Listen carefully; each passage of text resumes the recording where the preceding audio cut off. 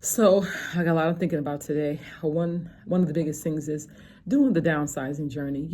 I guess when I was in my 20s and my 30s, I thought, oh, that's so far away. That's just so far beyond me. Even in my 40s, I thought, oh, okay, I'm still pretty young. Now that I am 52, my mind is really shifting. I'm thinking about other things. The biggest thing is downsizing. Especially having difference of opinion. You have one person that's like, let's go to the country, let's do this, let's get land.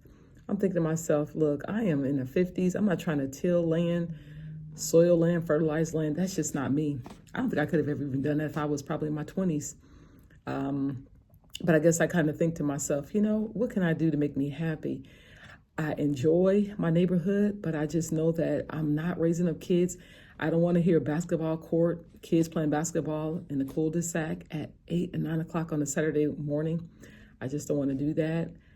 And I think a lot of times when you think about downsizing, your biggest thought is, okay, then I'm going to downsize, price, home, and all.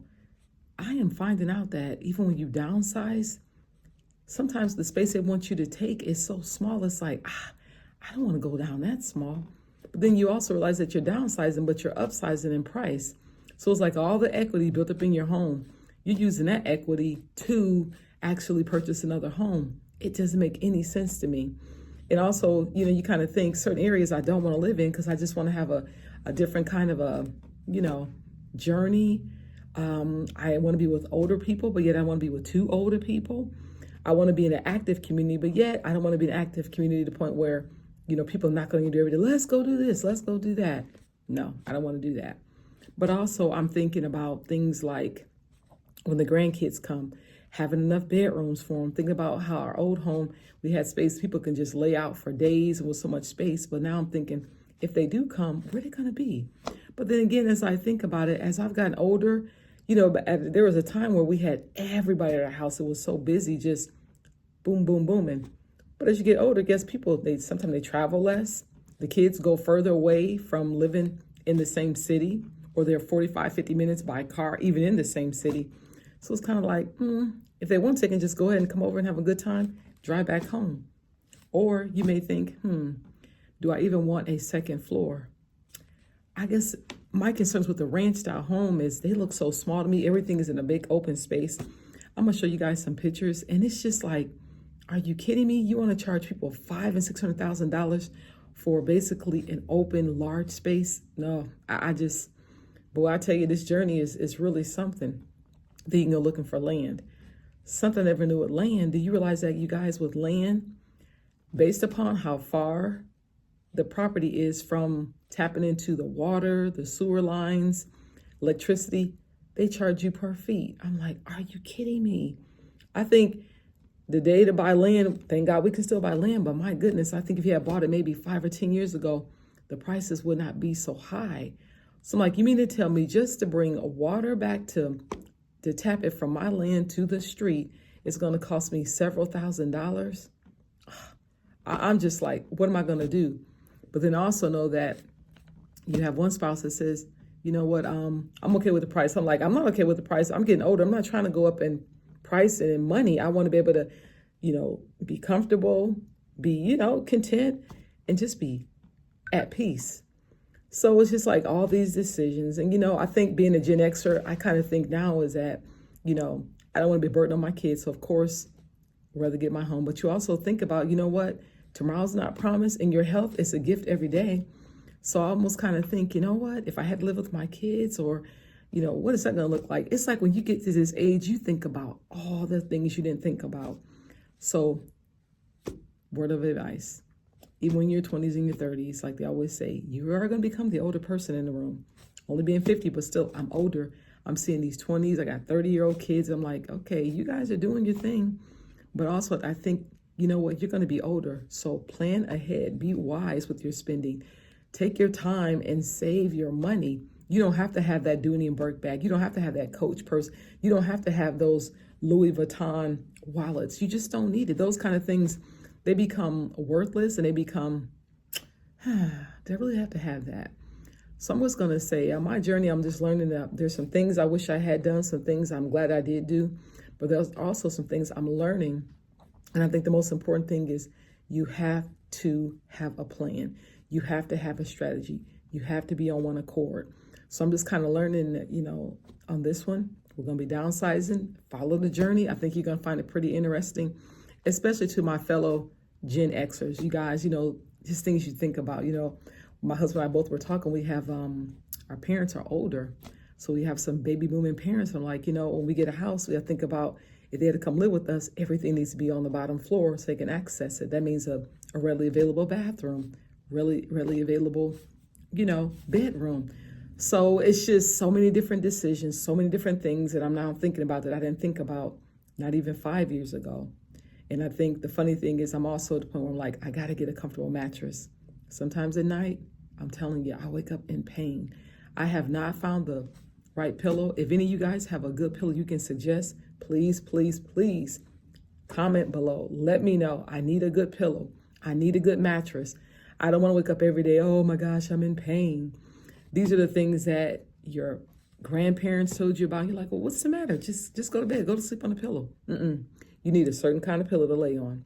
So in this downsizing journey, I'm determined to get the right mattress and the right pillow. And also, I am going to, I don't want to be so negative and think I can't do floors. I can't do up and downstairs. If I got just a total ranch, I think it works good for some people. But if I just got a complete ranch, it's going to take away from me going up and down the stairs. It's going to be more of a sediment life. Not saying you can't go outside and you can't jog and have a good time and get exercise and just a general walk. But for me, I think for now, I'm going to be okay with stairs. Not a whole lot, but I'm okay with stairs. I'm going to want them carpeted so I can just, kind of walk up and down to keep my knees and things like that active. I know a lot of times when you sit back, not in all cases, but in some, atrophy sets in. So I want to be as active as I can, but also be mindful of that I am aging. I'm getting older, but I want to grow older gracefully. Thank the good Lord for 52 years. I'm believing He'll give me many more years to enjoy my family. But it's up to me to stay active and to be responsible and to continue to make wise decisions. I realize that life will happen. You can't plan for everything, and I understand that. But my goal is the things that I can control within my sphere. I can control my spending habits. I can control how I treat people. I think it's important that, as I've gotten older, I realize that it's something about having respect to how you treat people. I was in a park one day taking a walk, and there were these two young ladies, and I noticed that one of her cars, she left her car lights on. I said, excuse me, I kept calling, and the little boy's trying to rush down to football practice.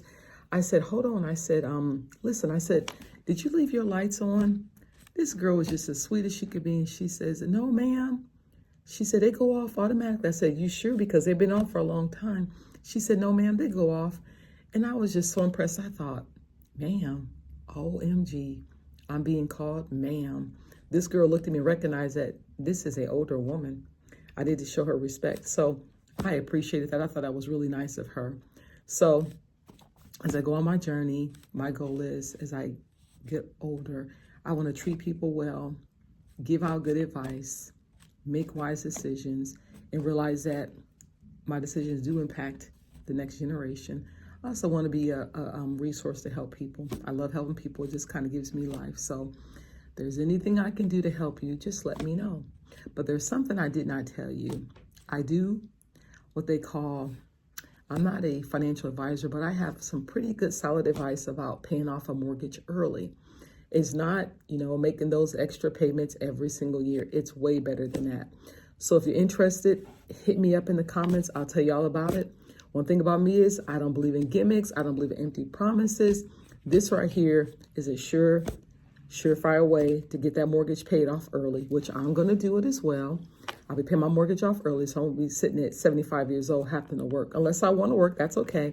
But not having to and wanting to are two different things. So my goal is that I will want to work, not I have to work. So hit me up. I think you'd be amazed. So if you're whether you're 30, 40, you just bought a house, especially us older individuals, Gen X and baby boomers, or, some millennials too. If you have a house and you decide that, hey, I got this home, you have to have at least a 650 credit score. You have to make more than you spend. And I can show you all those tricks to get that house paid off in record time.